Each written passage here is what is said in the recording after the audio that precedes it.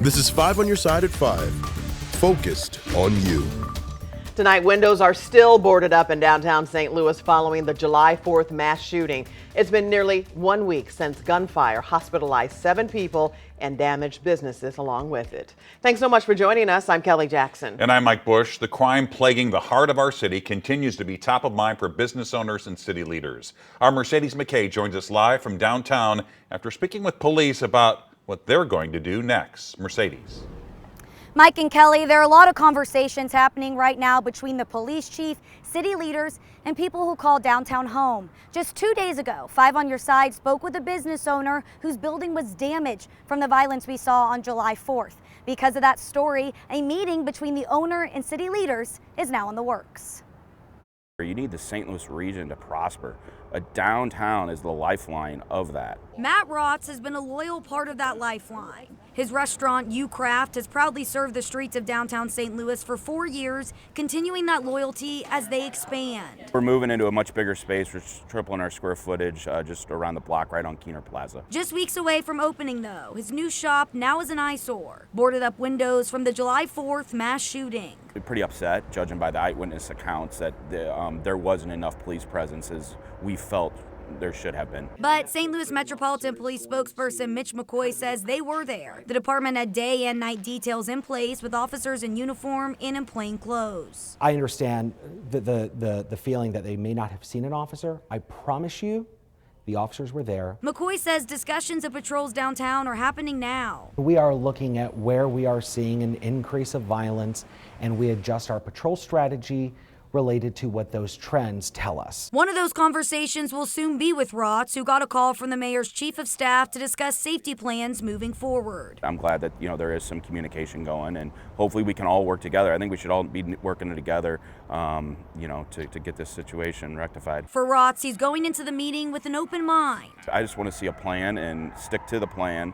And not just talk. Let's have some actions behind it. Actions that he hopes include more police presence in an area he's committed to staying loyal to. It is extremely important for the whole entire region that we get this safety fixed. There have been a lot of questions recently about whether or not a curfew is still implemented in downtown. It's something the business owner I spoke to actually asked me. I took that question to police, and Mitch McCoy told me that curfew is still implemented in downtown, and actually over the weekend they had to call parents to come pick up their kids. Live in downtown St. Louis, Mercedes McKay, 5 on Your Side. The St. Louis Police Department has dealt with an officer shortage for years now, but a new recruiting campaign is providing some hope. The campaign launched a few months ago. The department says it has seen more than 100 people apply to become an officer. Right now, there are 899 officers, including trainees. Last month, there were 904. At 6, Jacina Coronel will break down the numbers and explain why some officers are leaving. A surge in summertime shootings comes during a breakdown in a joint partnership between the Missouri Attorney General's office and federal prosecutors. A program that once helped seize illegal guns and bring violent criminals to justice is now defunct. Our political editor, Mark Maxwell, is digging into what happened. Yeah, hey Kelly and Mike, it's part politics, part head scratcher. The Safer Streets program, a crime fighting program hailed as a success, quietly went away, and the explanations why don't quite add up. The Missouri Attorney General's office sent 5 state lawyers to work in tandem with the Department of Justice back in 2019. Those lawyers were deputized as assistant U.S. attorneys, and they would wind up bringing 709 charges against 419 defendants. They got guilty pleas or jail time for 190 of those suspects. The program was up and running in St. Louis, Kansas City, and Springfield. But that whole partnership started to fall apart when Missouri Republicans adopted a law defying federal gun laws called the Second Amendment Preservation Act. But it was still operating early last year, long after incoming Attorney General Andrew Bailey's office took over. His office is still pursuing that lawsuit that pitted the state against the feds, and his Republican primary challenger Will Scharf says the AG should resume the task force. I think ending Eric Schmidt's Safer Streets program was a terrible idea. We need to be prosecuting much more violent crime, not less violent crime. Would you like to see it continue? Yeah, we tried to keep it. The Biden administration backed away. So yeah, I think it was a good thing. I stand by that. I think anything you can do to be, working together is a smart thing to do. Senator Schmidt laying some blame at the Biden DOJ there, saying they were the first to back away. But Democratic candidate Elad Gross, running for AG, said Bailey should drop the lawsuit altogether. He described it as, quote, wasting our money trying to defend a really stupid law, in his words, that hurts Missouri families. We hope to hear from Attorney General Bailey tonight at 6. Heavy rain caused a sewer collapse in Pacific today. There's now a 20-foot hole on the side of the road. This is on Intigram Drive near the high school. Right now, the road has one lane open. Crews are trying to figure out how bad the damage is before it can be repaired. We had a lot of rain over the past few days, but the next few days are mostly dry. Yeah, let's check in with meteorologist Jim Castillo. Yeah, good to see you both. So 1 to 5 inches of rain over the past couple of days. And yes, most of us seeing just really nice dry weather at the moment, but we are watching a few areas of disturbed weather moving through our northerly and northwest wind flow. And look at this, northern Missouri, severe thunderstorm watch until 10 p.m.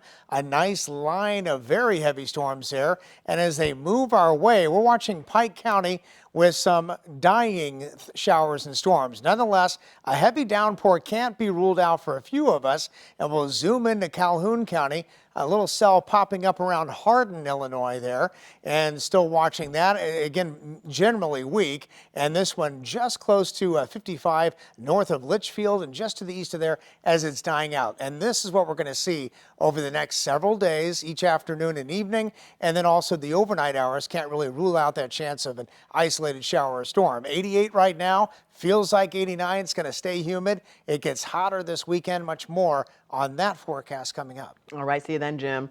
More deaths were reported today after Hurricane Beryl made landfall in Texas. At least 10 people have died in the U.S. Many are without power while they deal with a heat wave. Here's Laura Aguirre. It's going to be days. It's going to be days. A harsh reality facing well over 1 million people in Texas, still without power after a devastating hit from what was Hurricane Beryl Monday. Searing in temperatures reaching the triple digits in several places. Local energy officials are feeling the heat when pressed for a timeline on restoring power. Look, we live here, we work here, we have employees that don't have power as well. It's miserable. We're motivated to get people back on as quickly as possible. The life-threatening heat wave is also scorching most of the western U.S. for another day Wednesday. In Washington state, broiling concrete roadways are expanding. When it expands, it kind of starts to put pressure on each other, so you could create more friction, and then one tends to pop.